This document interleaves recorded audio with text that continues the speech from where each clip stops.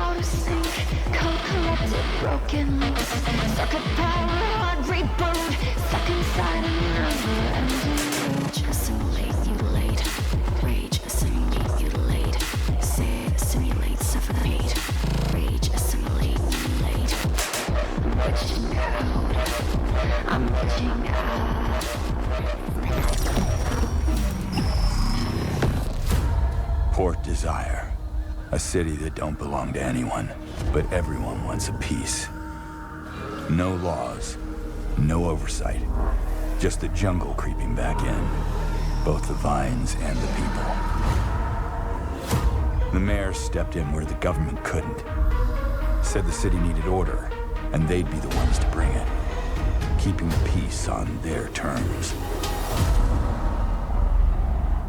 I walked away from it all, kept my hands in dirt instead of blood. But desire is a fickle mistress. The city won't let me go. It won't forget my name. I asked for nothing, and they still came and took everything. The mayors and anyone that stands in my way, every last one of them. They're gonna learn something real simple.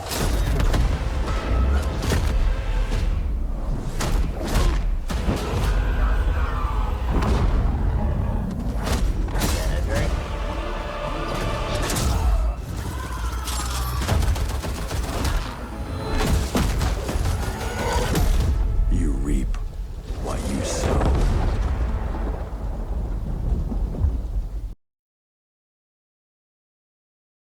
I can honestly say I have never worked on a game world I've been this excited for, and I really hope that resonates with the players and that they will enjoy exploring it. There is a space between 3 neighboring countries, which no country has been able to step into, and in that space, this completely unregulated city has emerged, called Port Desire. We need to make everything from scratch. And the more we build, the more things are interconnected. And if you are the type of player that you will actually stop in the shop and you will look at the missing dog poster on the counter and you will start to puzzle things together. Like there are so many little stories all over the world. So while Port Desire is lawless, there is still some kind of order, because there's this outer nation military force in the city called the Peacekeepers. They are there to keep everything just as it is, because it plays in the interest of greater powers. But they are still at odds with the gangsters and the mayors running the city in their way. If you want to dig deeper into that, what is it, why is it, and why does this make the gardener so angry, that is for you to uncover. Environmental storytelling is extremely important for us because it allows us to tell the history of Port Desire. We try to make the city feel very vertical. That means both in how you see the city, but also that you can utilize like rooftops as part of your path around. Cyberpunk for us is the perfect playground where we can be pretty ridiculous and over the top at times, but at the same time keeping it pretty grounded.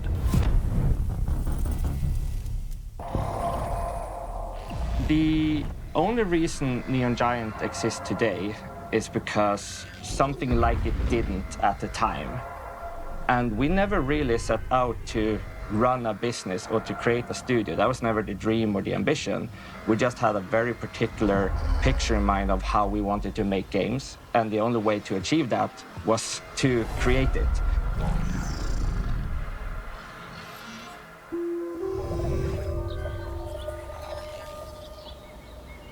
Starting the studio in Uppsala was actually just a result of us being here already, but it has proven to be a very powerful thing for us because of the maturity of the people in the studio. It's small enough and big enough, you know, it's not Stockholm, it's not the hustle and bustle, but it's also, you know, half an hour down the road from that if that's what you need. It's a perfect place to have a family and have kids, for sure. Well, we have ex-directors here, super senior talents. And here they get to both direct and decide what to do, but they also get to do it. That's basically the sentiment of the entire studio. You both decide and you do it. I think with everybody here being so senior and just knowing what to do, there's nothing that we have to create to force them to do anything. There's no argument. It just happens. People just, this is an issue. How do we do it? We did it. If we compare us now towards when we made the Ascent, basically the Ascent was made by a handful of people. If someone in the studio got sick, then we lost an entire department. Now it can cover most aspects with 2 people instead. For us, it's a huge difference, but it took us from 5 people to 23, so we're still very small. We often joke that Neon Giant is not a great place for everyone, but it is a fantastic place for the right kind of person. And that is the kind of person that is not shying away from taking ownership and taking responsibility. They thrive on it. You tell me what you want to do, and as long as that is the same game everyone else is trying to make, we're in a very good place, and then you go for it.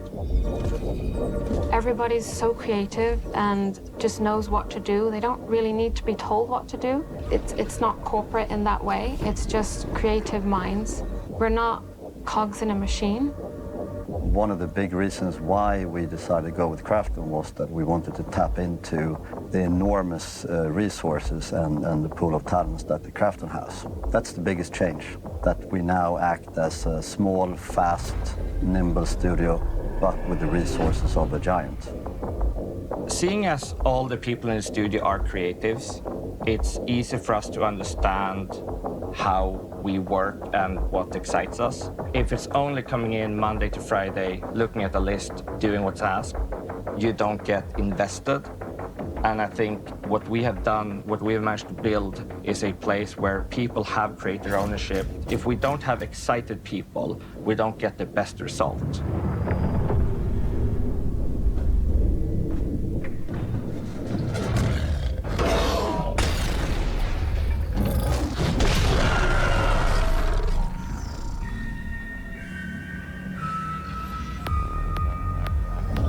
On Ascent, it was a very ambitious game. It took a lot of risk and really pushed every boundaries. And in the end, it worked out really well. It was a huge success for the studio.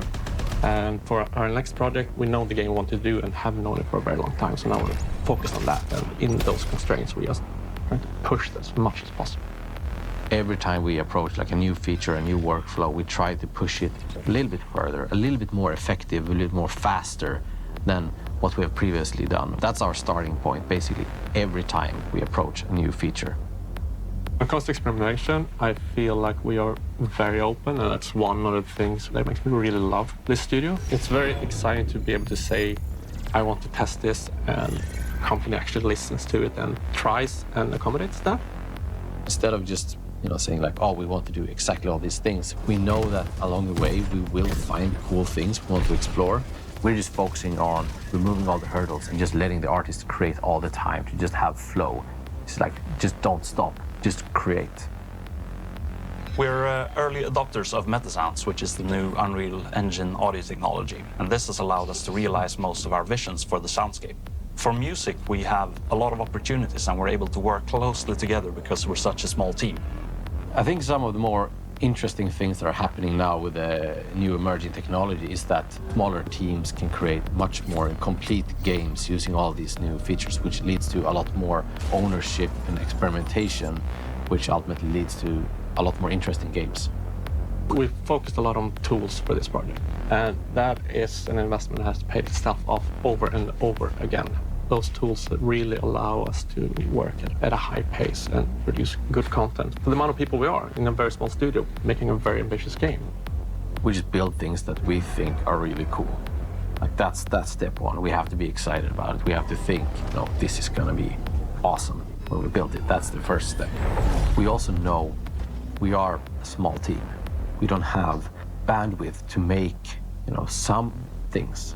We need to be very specific with how we build the world. Like how do we make something that is high quality and high fidelity? Because that's really important to us. And we can't do that if we pick battles that we can't fight. We have to be very mindful with what visually we try to accomplish.